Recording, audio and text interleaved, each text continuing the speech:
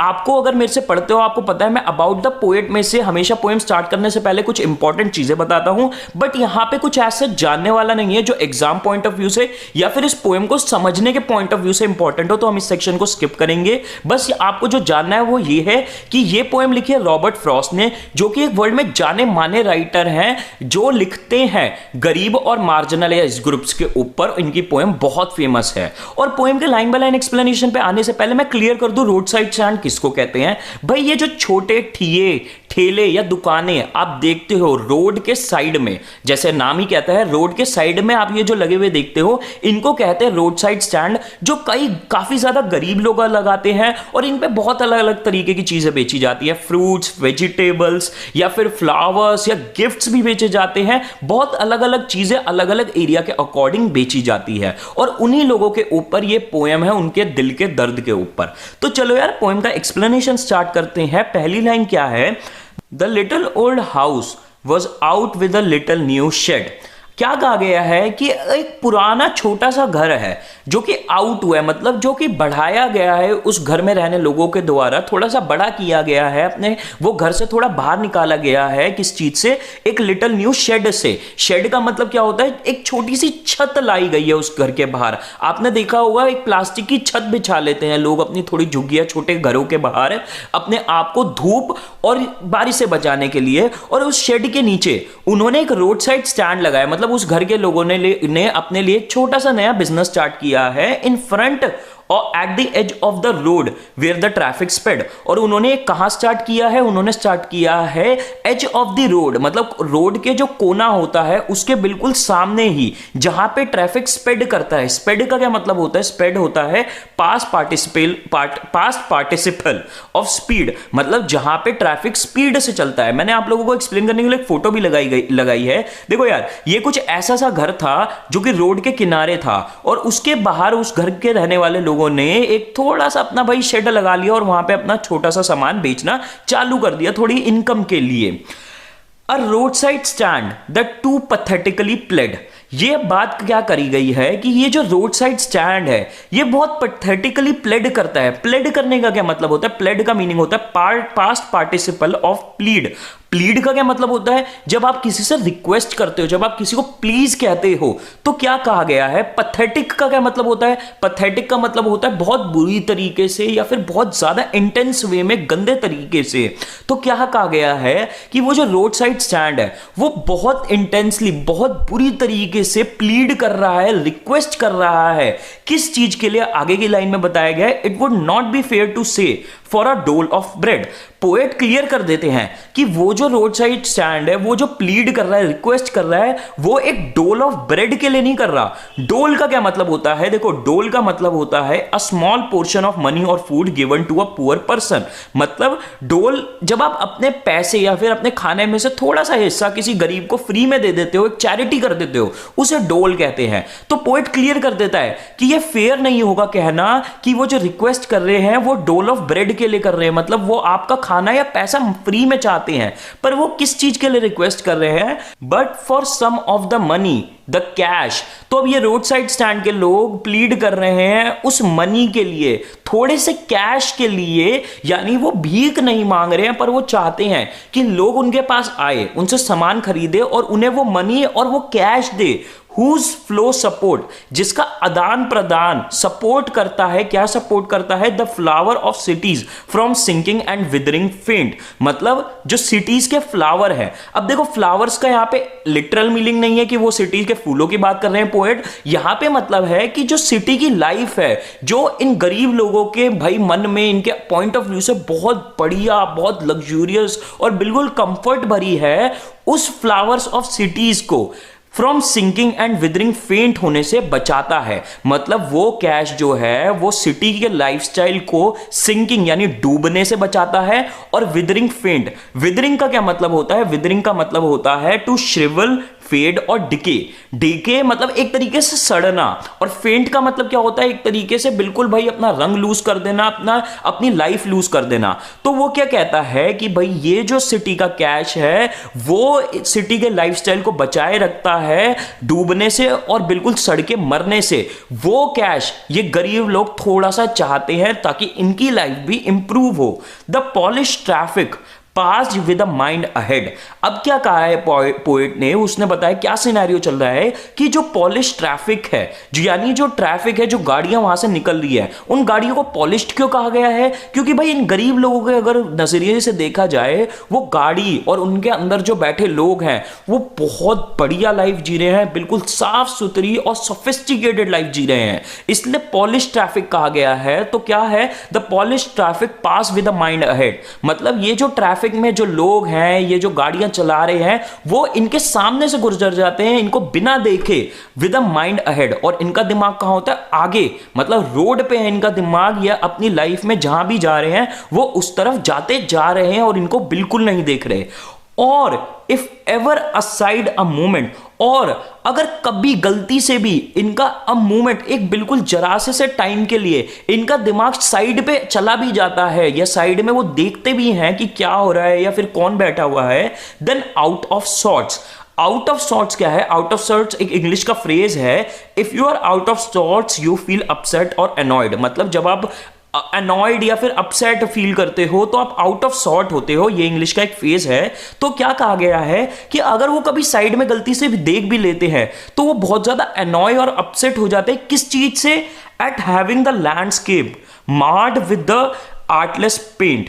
वो क्या देखते हैं कि जो लैंडस्केप है, मतलब जहां पे वो गाड़ी चला रहे हैं वो एक बहुत सुंदर सी जगह होगी, वहां पे वो क्या नोटिस करते हैं कि जो लैंडस्केप है ये मार्ड कर दिया गया है। मार्ड करने का क्या मतलब होता है? मार्ड का मतलब होता है इंपेयर द क्वालिटी और अपीयरेंस ऑफ, यानी स्पॉइल कर देना। मतलब क्या कहा गया है कि मार्ड का मतलब होता है खराब कर देना, बिल्कुल शक्ल सूरत बेकार कर देना। तो वो किस चीज से अपसेट हो जाते हैं कि जो लैंडस्केप है उसको खराब, उसकी शक्ल बिगाड़ दी गई है with artless paint. With artless paint, बिल्कुल भाई बेकार पेंट से। किस चीज का paint? Of signs, that with N turned wrong and S turned wrong, मतलब उन साइंस को जिनको उस रोड साइड स्टैंड के ऊपर ड्रॉ किया गया है, जिसमें एन की यानी नॉर्थ की भी डायरेक्शन गलत है और एस्ट टर्न रॉन्ग मतलब साउथ की भी डायरेक्शन गलत है। कि अब देखो पोएट ने कितना एम्फेसाइज, कितना ब्यूटीफुली एम्फेसाइज किया गया है अपनी बात को कि यार देखो ये पॉलिश जो ट्रैफिक है ये तो भाई सीधा सीधा अपनी डेस्टिनेशन पे जा रहा है, पर अगर वो कभी कभार साइड में देख भी लेते हैं तो वो कुछ नहीं करते, वो और गुस्सा हो जाते हैं और एनॉय हो जाते हैं। ये चीज देखिए कि कैसे इस रोड साइड स्टैंड के लोगों ने इतने प्यारे लैंडस्केप को, इतने प्यारे नजारे, सीनरी को बिल्कुल बर्बाद कर दिया है, स्पॉइल कर दिया है आर्टलेस पेंट से, अपनी गंदी सी ड्राइंग से और अपने गंदे से घर से, जिसमें एन भी गलत, नॉर्थ भी गलत डायरेक्शन दिखाता है और साउथ भी गलत डायरेक्शन दिखाता है। तो ऑथर ने यहां पे अपनी बात पूरी कंप्लीट करके बताया कि लोगों का क्या ओपिनियन है, लोगों का क्या नजरिया इन गरीब लोगों को लेके। Offered for sale wild berries in wooden quartz. अब पोएट ने क्या बताया कि जिस रोड साइड स्टैंड की बात कर रहे हैं वो क्या बेच रहा है? ऑफर्ड फॉर सेल, वो सेल कर रहा है वाइल्ड बेरीज। बेरीज क्या होती हैं? जामुन, खट्टे जामुन वो बेच रहे हैं, वही जामुन जिनके ऊपर अगर नमक डाल के खाओ तो बड़े स्वाद लगते हैं, तो वो जामुन बेच रहा है इन वुडन क्वार्ट्स। वुडन क्वार्ट्स क्या होते हैं? लकड़ी की, अगर आपने देखी हो कुछ इस तरीके की टोकरियां होती हैं, उनको कहा जाता है वुडन क्वार्ट्स।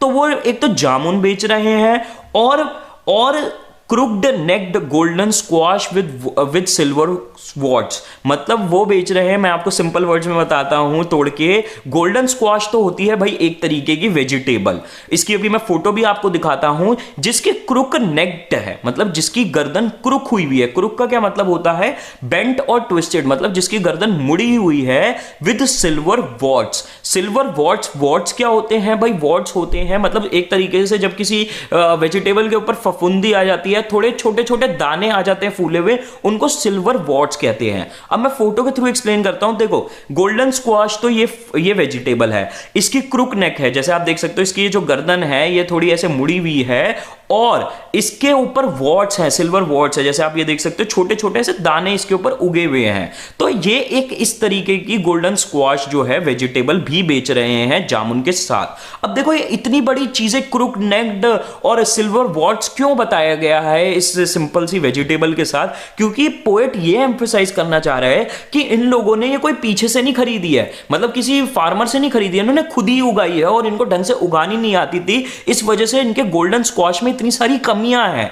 तो यार ये बेचारे गरीब लोग ये जामुन बेच रहे हैं, गोल्डन स्क्वाश बेच रहे हैं, इनके पास यही है बेचने को, और beauty rest in a beautiful mountain scene. अब हमें पता चल रहा है कि ये जो रोड साइड स्टैंड लगा हुआ है थोड़े कुछ माउंटेन साइड लगा हुआ है, तो ये रोड साइड स्टैंड पे क्या ऑफर कर रहे हैं, ये जामुन ऑफर कर रहे हैं, ये गोल्डन स्क्वाश ऑफर कर रहे हैं, और ये ऑफर कर रहे हैं, हालांकि ये बेच नहीं सकते उस चीज को, अगर कोई इंसान रुक के देखे तो एक ब्यूटीफुल माउंटेन सीन में एक ब्यूटी रेस्ट, मतलब अगर कोई इंसान आके रुके तो इस ब्यूटीफुल माउंटेन सीन में एक बड़ा सुंदर सा वो रेस्ट करने की जगह है वहां पे, या फिर देखने की जगह है, फोटोज खींचने की जगह है, तो वैसी कुछ वो जगह भी ऑफर कर रहे हैं। You have the money but if you want to be mean why keep your money and go along.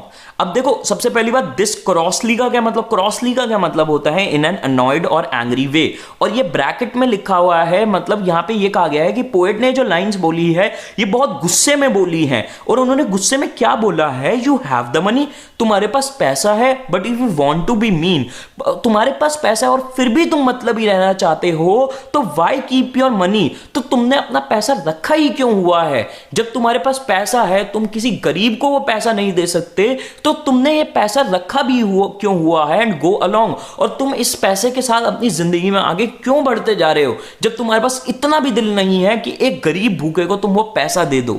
The hurt to the scenery wouldn't be my complaint. अब पोएट क्या कहते हैं कि जो सीनरी को हर्ट किया गया है इन रोड साइड स्टैंड के लोगों के द्वारा, मतलब क्या, अभी हमने देखा लोग आउट ऑफ सॉर्ट हो जाते हैं, जो ट्रैफिक निकलता है वो आउट ऑफ सॉर्ट हो जाता है, एनॉय हो जाता है इन रोड साइड स्टैंड के लोगों को देख के, क्योंकि ये सीनरी को खराब कर रहे हैं अपने घरों से, और एस टर्न रॉन्ग और एन टर्न रॉन्ग से। तो पोएट यही कहते हैं कि ये जो सीनरी को इन लोगों ने खराब किया है, मेरी ये कंप्लेंट नहीं है सो मच एज द, तो पोएट क्या कहते हैं, जितनी मेरी कंप्लेंट ये है क्या, the trusting sorrow of what is unsaid.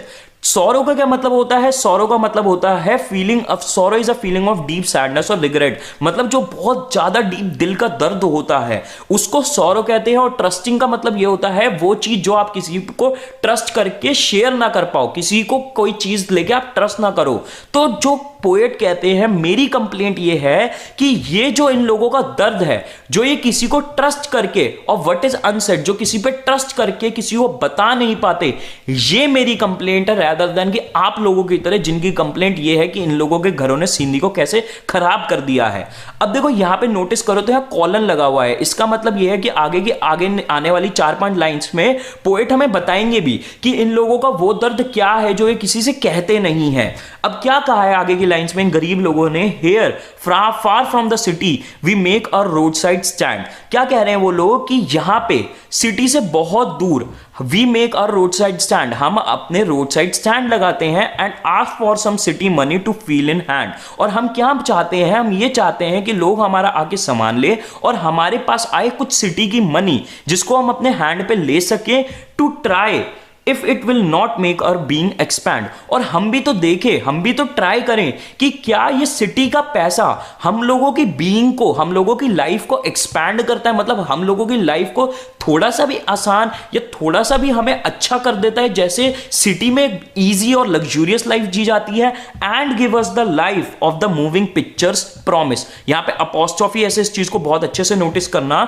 तो क्या कहते हैं वो गरीब लोग कि हम भी तो वो पैसा लेके देखें कि क्या वो हमारी बीइंग को एक्सपैंड करते हैं, और क्या वो हमें वो लाइफ देते हैं जो मूविंग पिक्चर्स का मतलब है जो सिनेमा, बॉलीवुड, जो फिल्में हमें लाइफ प्रॉमिस करती हैं, मतलब हमें जो लाइफ दिखाती हैं कि भाई सिटीज में तो ऐसी लाइफ जी जाती है, इतनी लग्जरी में लोग रहते हैं, कार्स होती हैं, सब कुछ होता है, ये वाली लाइफ हमें जो पिक्चर्स में दिखाई जाती है, क्या वो लाइफ हमें मिल जाएगी सिटी के पैसे से। अब देखो यहां पे जो नोटिस करने वाली बात है, इन लोगों को तो ऐसा लगता है कि सिटी में जो पैसा है वो कुछ अलग ही पैसा है, उनके पैसे में ही कुछ अलग खुशबू है, कुछ अलग बात है, जिस पैसे की वजह से ये लोग इतनी बढ़िया, सिटी के लोग इतनी बढ़िया लाइफ जी रहे हैं और हमारे पैसे से इनका पैसा शायद कुछ अलग है। इन लोगों को तो ये तक लगने लग गया है that the party in power is set to be keeping from us. अब अगेन वो आप पीछे की लाइन को कंटिन्यू करते हुए गरीब लोग क्या कह रहे हैं कि वो लाइफ जो मूविंग पिक्चर प्रॉमिस करती हैं वो हमें शायद मिल जाए, जो कि that the party in power, मतलब जो पार्टी को उन्होंने जिता के गवर्नमेंट में लाया गया है, इज सेट टू बी, मतलब उन लोगों में ये माना जाता है, उन लोगों में ये कुछ कहा गया है कि जो पार्टी इन पावर है, जो गवर्नमेंट में पार्टी है, is set to be keeping from us, वो हमसे वो मूविंग पिक्चर्स की लाइफ जो है वो हमसे दूर रख रही है, वो हमें वो दे नहीं रही है, ये उनके वहां कहा जाता है। It is in the news that all this pitiful किन, अब क्या कहा गया है, बिल्कुल एक नई बात करना चालू करते हैं हमारे पोएट, क्या कहते हैं कि it is in the news, कि इन खबरों में आजकल ये सुनने में आ रहा है, खबरों में क्या दिखाया जा रहा है कि ऑल दिस पिटीफुल किन, पिटीफुल का क्या मतलब होता है, डिजर्विंग और अराउजिंग पिटी, मतलब वो चीज जो पिटी हमारे अंदर जगह है। पिटी का क्या मतलब होता है, मतलब बिल्कुल एक दया, एक लाचारता, जो हमें लगे कितना लाचार है यार, इसको कुछ तो मदद करो इसकी। किन, किन का क्या मतलब होता है, किन का मतलब होता है वंस फैमिली एंड रिलेशंस, मतलब ये न्यूज में आ रहा है कि ये जो सारे बेचारे गरीब लोग हैं, इनको और इनके परिवारों को are to be bought out and mercifully gathered, मतलब इनको अपने जो यहाँ पे रूरल एरियाज में लाइफ जी रहे हैं अपनी विलेजेस में, उनसे बाहर लाया जाएगा एंड मर्सीफुली गैदर्ड, और इनको पूरी एक दया भावना से गैदर इकट्ठा किया जाएगा इन टू लिव इन विलेजेस। किस लिए किया जाएगा, ताकि इनको विलेजेस बना के दी जाएगी next to the theatre and the store, मतलब इनको सिटी में फाइनली कहा गया है न्यूज में कि कुछ ऐसा एक्शन लिया जा रहा है कि इनको भाई थिएटर, यानी सिटी में जो थिएटर है और जो स्टोर्स हैं बड़े बड़े, उनके पास इनके लिए भी विलेजेस, इनके लिए भी घर बनाए जाएंगे, ऐसे कुछ न्यूज में आ रहा है। Where they won't have to think of themselves anymore, और न्यूज में यह भी दिखाया जा रहा है कि इन लोगों को जब वहां पे शिफ्ट किया जाएगा तो इन लोगों को ऐसी जगह डाला जाएगा जहां पे उन्हें अपने बारे में सोचने की जरूरत नहीं पड़ेगी, मतलब इनको यह वादा किया जा रहा है कि इनको हर सुविधा दी जाएगी वहां पे, बिजली, खाना, रहना, मेडिकल फैसिलिटी, इन्हें सब कुछ वहां दिया जाएगा और इन्हें अब अपने बारे में नहीं सोचना पड़ेगा, अपनी बेसिक नेसेसिटीज के बारे में नहीं सोचना पड़ेगा, ऐसा कुछ न्यूज में आ रहा है। While greedy good doers, beneficent beast of prey, अब यहां पे मेजरली जो हमारे पोएट ने बात करी गई है, ये दो वर्ड्स यूज करे हैं, ग्रीडी गुड डूअर्स और बेनिफिशिएंट बीस्ट ऑफ प्रे, ये दो लाइंस यूज करी हैं। किन के लिए करी है पोएट ने यूज, यहां पे गवर्नमेंट, बिजनेसमैन और मीडिया, इन तीन ग्रुप्स के लिए क्या कहा है हमारे पोएट ने, इनको कहा है ग्रीडी गुड डूअर्स, मतलब वो गुड डूअर जो लोगों का भला करते हैं पर ग्रीडी होते हैं, मतलब वो जो भला कर भी रहे हैं किसी और का तो वो अपने लालच के लिए कर रहे हैं, कुछ ना कुछ इनका लालच है। और उनको एक और चीज उन्होंने बोली है, beneficent beast of prey. Prey क्या होता है, प्रे का मतलब होता है शिकार, मतलब वो बीस्ट ऑफ प्रे, शिकार यहां पे कौन है, शिकार है ये विलेजर्स, ये रोड साइड स्टैंड के लोग, ये जो शिकार हुए हैं, इनके जो शिकार करने वाले दानव है, जो इनसे फायदा उठाने वाले हैं, मतलब इनका शिकार करेंगे वो दानव और उन्हें शिकार करके जो बहुत बड़ा फायदा होने वाला है, उनकी बात करी गई है। तो भाई हमारे पोएट की आप ये समझो कितनी ज्यादा डीप फीलिंग है, कितने ज्यादा वो गुस्सा है गवर्नमेंट, मीडिया और बिजनेसमैन से कि वो भला कर रहे हैं फिर भी वो ग्रीडी हैं और वो शिकार करके उसका फायदा उठा रहे हैं, मतलब इन बेचारे गरीब लोगों का कोई सहायता करने वाला नहीं है, इनकी अगर कोई सहायता भी करता है तो उसका कोई ना कोई उनका बेनिफिट होता है, किसी लालच से करते हैं। Swarm over their lives enforcing benefits that are calculated to soothe them out of their wits. Wits का क्या मतलब होता है, विट्स का मतलब होता है कीन इंटेलिजेंस, मतलब उनका जो दिमाग होता है। तो अब इस लाइन का क्या मतलब है, ये जो लोग हैं, जो मीडिया, गवर्नमेंट और ये सारे बेनिफिशिएंट बीस्ट ऑफ प्रे और ग्रीडी गुड डूअर्स हैं, स्वॉन ओवर, स्वॉन ओवर का क्या मतलब है कि आप किसी के ऊपर जब झुंड बना के उनके ऊपर भिनभिनाते हो मक्खियों की तरह, तो ये जो लोग हैं ये इनके लाइफ के ऊपर भिनभिनाते रहते हैं, enforcing the benefits that are calculated, और इनको वो बेनिफिट एनफोर्स करते हैं, मतलब इनकी लाइफ में, इनके दिमाग में जबरदस्ती बेनिफिट्स घुसाते हैं दैट आर कैलकुलेटेड, जो बहुत सोच समझ के बेनिफिट्स बनाए गए हैं, जो इनके दिमाग में घुसाए जाते हैं to soothe them out of their wits, और वो बेनिफिट्स जो इनका दिमाग अपने रास्ते से हिला देते हैं, इनका दिमाग खराब कर देते हैं। मतलब क्या है, इन दोनों लाइंस का टोटल मतलब ये है कि देखो यार, जो गवर्नमेंट है, अगर हम गवर्नमेंट की बात करें तो गवर्नमेंट इन गरीबों के पास जाके क्या कहती है कि हम आपको ये बेनिफिट देंगे, हम आपको ये फायदा देंगे, आप बस हमें वोट कर दो। और बिजनेसमैन क्या कहते हैं कि हम आपको ये चीज देंगे, ये सुविधा देंगे, आप हमें अपनी जमीन दे दो। तो ऐसे ही यही लाइन में कहा है हमारे पोएट ने कि ये जो लोग हैं इनकी लाइफ के ऊपर भिनभिनाते रहते हैं, इनको वो बेनिफिट बताते हैं जो बड़े सोच समझ के लगाए गए हैं, ताकि मतलब उन लोगों ने बड़ा सोच समझ के बेनिफिट को फ्रेम किया है, ताकि ये जो लोग हैं ये बिल्कुल अपने दिमाग से भटक जाएं, और ये जो चाहते हैं बिजनेसमैन और पॉलिटिशियंस वो कर जाएं, और अल्टीमेटली इनको उसका नुकसान ही भरना पड़ेगा। ये भी हम अगली लाइन में पढ़ेंगे। And by teaching them how to sleep they sleep all day. और ये पॉलिटिशियंस और ये बिजनेसमैन इनको सिखाते हैं कि कैसे सोएं, हाउ टू स्लीप मतलब क्या है, वो इनको ये सिखाते हैं, इनकी इतनी बड़ी बड़ी ड्रीम्स बना के इनको सिखाते हैं कि बेटा तुम टेंशन मत लो, तुम सो, कोई दिक्कत नहीं है, हम यहां पे बैठे हैं तुम्हारी जिंदगी संभालने के लिए। दे स्लीप ऑल डे। वो क्या करते हैं, पहले तो इनको सिखा देते हैं सोना, कि बेटा सो, कोई टेंशन नहीं है, हम बैठे हैं, हम तुम्हारा ख्याल रखेंगे। दे स्लीप ऑल डे। और वो ये बात बोलने के बाद खुद जाके सो जाते हैं। यानी पॉलिटिशियंस जैसे ही पावर में आ जाते हैं वो इनकी कुछ नहीं सुनते, वो खुद जाके सो जाते हैं, वो खुद जाके टेंशन फ्री होकर बिल्कुल लेट जाते हैं, और इनका फिर सुनना बंद कर देते हैं जैसे ही वो पावर में आ जाते हैं। Destroy their sleeping at night the asiatic way. और फिर जब वो पावर में आ जाते हैं, जब उन्हें बिजनेसमैन को इनकी जमीन मिल जाती है, वो खुद जाके सो जाते हैं। और फिर अल्टीमेटली जब इन्हें रियलाइज होता है गरीब लोगों के साथ क्या हुआ है, उनकी डिस्ट्रॉय हो जाती है रातों की नींद। उनको जब रियलिटी पता चल जाती है, उनकी बिल्कुल रातों की नींद खराब हो जाती है। द एंशिएंट वे मतलब उसी तरीके से ये होता है जिस तरीके से एंशिएंट मतलब कई सालों से होता आ रहा है।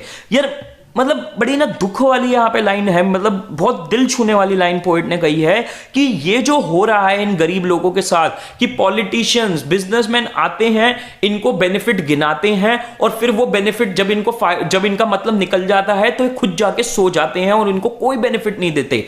ये जो हो रहा है ये आज की सिचुएशन नहीं है, 21st सेंचुरी की प्रॉब्लम नहीं है, ये राजा महाराजाओं के टाइम से चलता आ रहा है, जब बहुत पुराने जमाने में भी लोग इनको ऐसे ही यूज करते थे, इनको ऐसे ही बेवकूफ बना देते थे, और इन बेचारों की जिंदगी आज तक नहीं सुधरी है, आज तक उसी गरीबी में रह रहे हैं और ऐसे ही इनको बेवकूफ बनाया जा रहा है। Sometimes I feel myself I can hardly beer.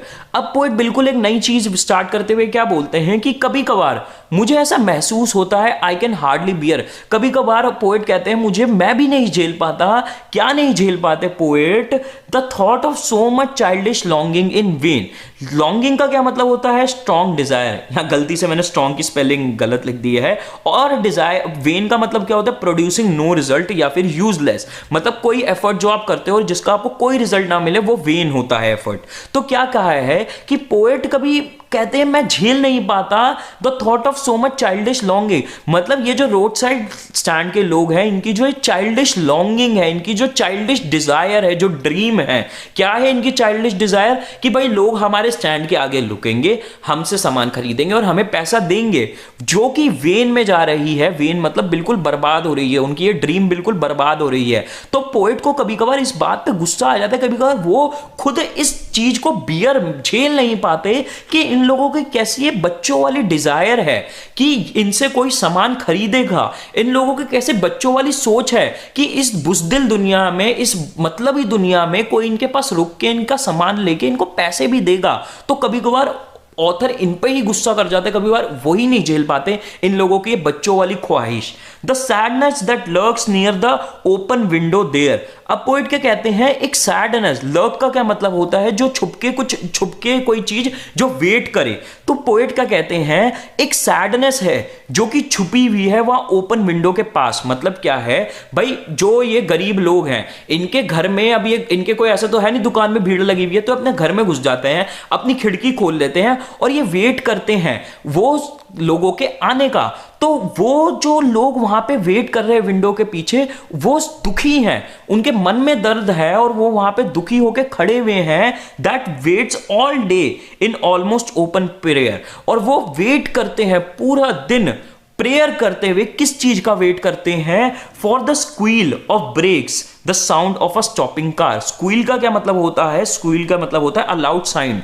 तो वो वेट किस चीज का करते हैं, किस चीज का प्रे करते हैं कि क्या चीज हो जाए, कि एक बार ही साउंड आ जाए कोई ब्रेक्स की। और ब्रेक्स की साउंड होने का क्या मतलब है? गाड़ी के ब्रेक्स की साउंड का क्या मतलब है? कि कोई गाड़ी रुकी है उनका सामान लेने के लिए। तो वो इस चीज का पूरे दिन प्रे करते हैं। पर होता क्या है? Of all the 1000 selfish cars that pass, जो इतनी हजारों गाड़ियां इनको बिना नोटिस करे पास कर जाती हैं, and one to inquire what a farmer's prices are, और जो रुकी भी है जिसके ब्रेक की आवाज आई भी है, उनमें से एक इंसान क्या पूछता है कि उनके फार्मर्स के उनके प्राइस क्या है, मतलब उनके उनके जो सामान बेच रहे हैं उसके दाम क्या है।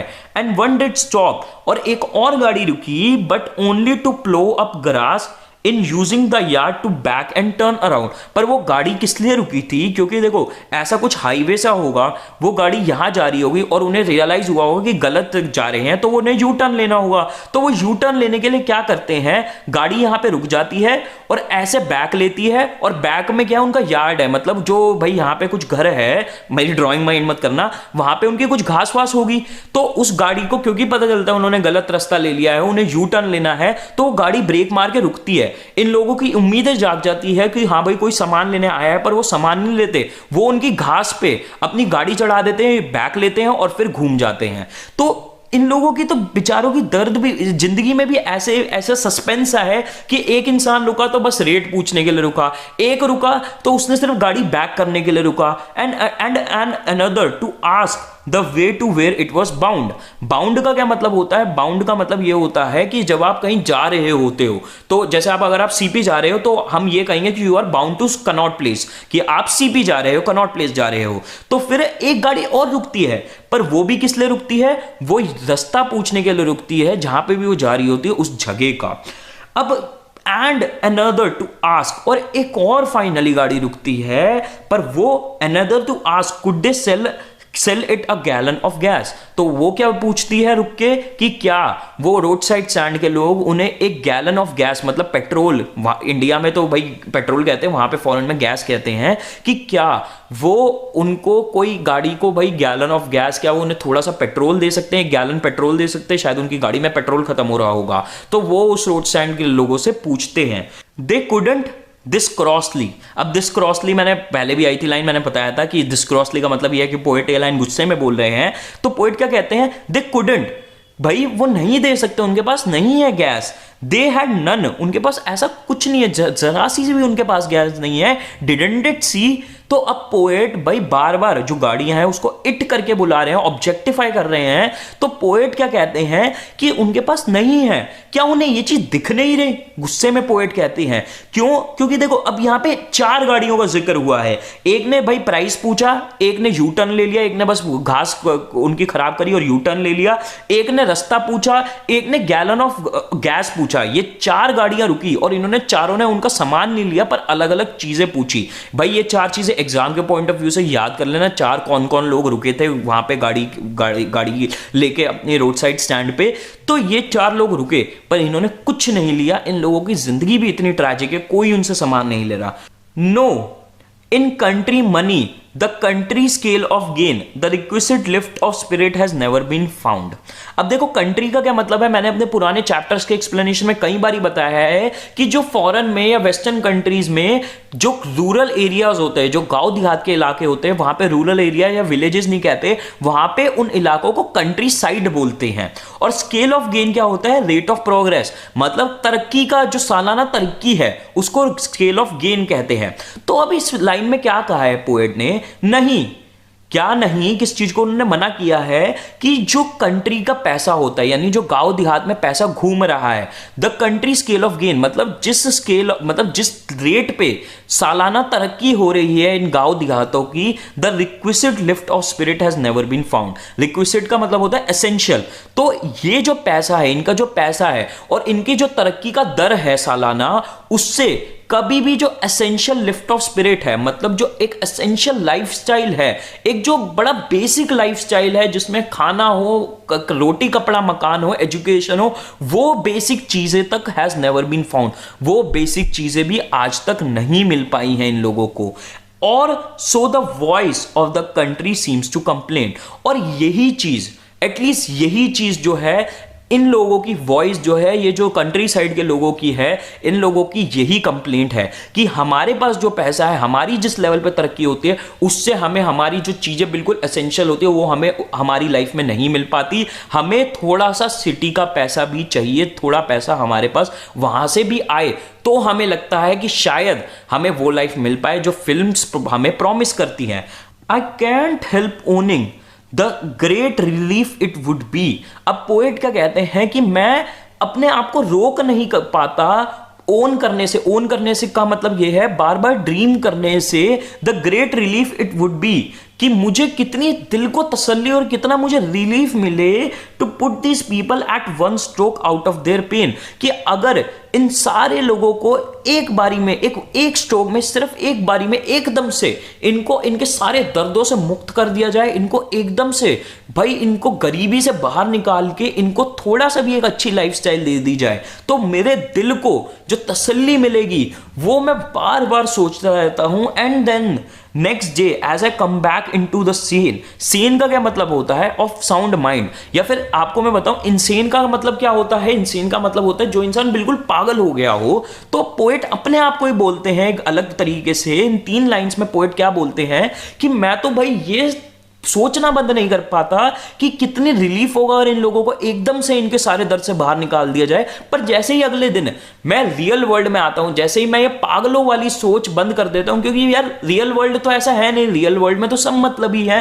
तो जब मैं अपनी ये पागलों वाली सोच से बाहर निकलता हूं अगले दिन ये बार बार सपना देख के, I wonder how I should like you to come to me and offer to put me gently out of my pain. तो वो क्या कहते हैं? वंडर। आई वंडर का क्या मतलब होता है? You can say I wonder if you want to be very polite when you are asking someone to do something. मतलब आई वंडर आप तब कहते हो जब आप किसी से बड़ी पोलाइटली कुछ करने को कह रहे हो उनके लिए। तो पोएट हमसे बड़ी पोलाइटली कहते हैं I should like you to come to me. ये कुछ उस सेंस में कह रहे हैं जैसे अगर मैं आप लोगों को कहूं कि I would like you to come to my party, तो मैं क्या, इसका मतलब क्या होता है कि मैं चाहता हूं कि आप लोग मेरी पार्टी में आए। तो इसी तरीके से पोएट हमसे बड़ी पोलाइटली क्या कह रहे हैं कि जब मैं इस बेवकूफ वाली थॉट से बाहर आया तो मैं बस ये आप लोगों से रिक्वेस्ट करना चाहता हूं कि आप सब मेरे पास आओ and offer to put me gently out of my pain, और मेरी मदद करो मेरे को मेरे दर्द से बाहर निकालने में।